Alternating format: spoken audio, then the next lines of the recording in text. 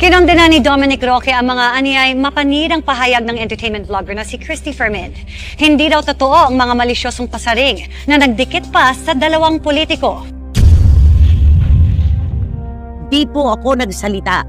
Tiwa-tiwayway po ang mga tinatanggap ko mga text messages ng pagtatanong kung sino ang may-ari. Hindi ko po sinasabi kung sino. Kahit hindi niya pangalanan, siyempre pagka sinabi mo na sino ba naman yung politiko na may-ari ng gasoline company. Bumuelta sina Dapitan Mayor Bullet Halosos at former Congressman Bong Suntay sa pagkakadawit sa kanila sa hiwalayan ni Bea Alonzo at Dominic Roque. Tataka rin po ako kung bakit ang sinentrohan lamang ni Dominic Roque at ng kanyang mga abogado ay ang inyong lingkod. Pumanag ang showbiz columnist na si Christy Fermin sa mga birada sa kanya ng kampo ni Dominic Roque. May ilan din siyang nilinaw, sabay diin na hindi siya hihingi ng paumanhin sa paratang na dinadawit niya umano si Dapitan Mayor Bullet Halosos. Narinig niyo po ba? May naramdaman po ba kayong binanggit namin na pangalang Mayor Bullet Halosos? Buti kung ako lang. Paano yung pamilya ko, yung anak ko, yung asawa ko? 'Di ba? Kaya ako po ay nagtataka. Bakit nagpa-interview si Ginoong Bong Suntay at si Mayor Bullet Halosos na sila daw po ay kinu-question na ngayon ang kanilang mga gender, ang kanilang kasarian. Ginawang malicious, ginawang chismis, which is unfair. Ingat-ingat din kasi they have a responsibility to the people na dapat fact-finding. Hindi yung nalaman nila na nasa pangalan ko yung kondo, sugar daddy na ako bigla, di ba? Kayon ko lang nalaman na ikaw pala ay nasaktan at pinagbintangan pala ang iyong kasarian. Hindi ako ang hihingi sa iyo ng patawad. Ni paumanhin ipagdadamot ko dahil kahit minsan hindi ko sinabi na si Dominic Roque ay nakatira sa isang condo unit na pang-aari ng isang baklang politiko. Kamakailan lang, naglabas ng pahayag si Christy Fermin sa mga isyu na kinasasangkutan niya. Gigil na sinagot ni Christy Fermin ang mga birada ng kampo ni Dominic Roque. Hindi raw siya hihingi ng paumanhin sa mga paratang na dinadawat niya sa isyu na si Dapitan Mayor Bullet Halosos. Ayon kay Christy Fermin, malinaw sa kanyang panig na wala siyang intensyon na saktan si Dominic Roque. Pero bakit nga ba siya kinasuhan ng kampo ni Dominic Roque? Tara, alamin natin ang buong detalye. Panoorin ang buong video. Kumusta mga idol? Mayroon naman tayong bagong chika sa inyo. Bago yan, welcome sa channel ni Mr. JV. Sa wakas, naglabas na ng opisyal na pahayag si Dominic Roque, kaugnay ng mga akusasyon laban sa kanya. Ayon kay Dominic, may intensyon siyang kasuhan si Christy Fermin, at gustong ipakulong ito dahil sa mga alegasyon na ibinabato nito sa kanya.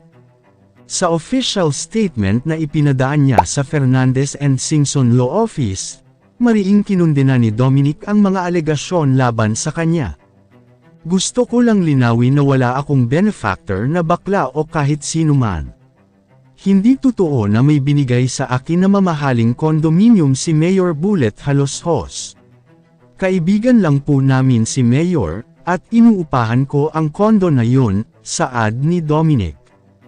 Isa pang chismis na tinututukan ng mga netizens, ay ang alegasyon na regalo daw sa kanya ng isang gasoline station.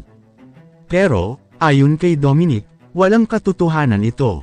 Hindi rin totoo na regalo sa akin ang gasoline station na yon. Lahat ng branches nito ay company-owned ni Congressman Bong Suntay, at ako ay endorser lamang.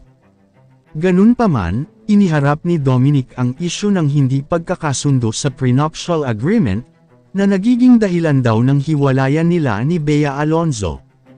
Pero, ayon sa kanyang abogado, walang kinalaman ang prenuptial agreement sa kanilang paghihiwalay. Matapos ang ilang linggo ng kontrobersya, tila't nais nang tapusin ni Dominic ang isyu sa pamamagitan ng kanyang opisyal na pahayag.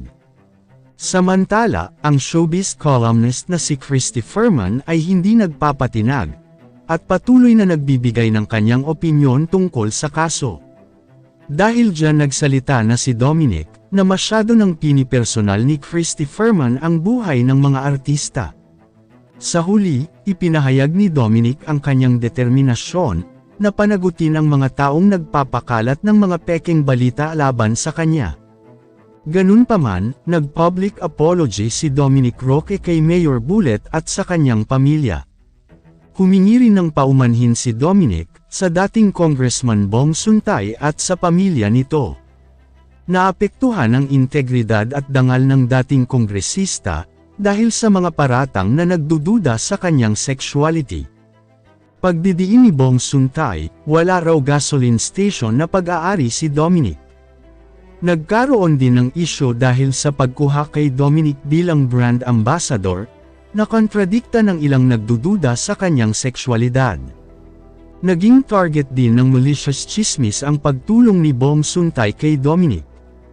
Ipinarating niya sa mga taong nagpapakalat ng hindi totoong balita, at ang epekto nito sa kanyang pamilya. Ganun pa man, pinag-aaralan na rin nilang maghain ng reklamo laban kay Christy Ferman, dahil sa mga walang basihang paratang na ibinabato nito.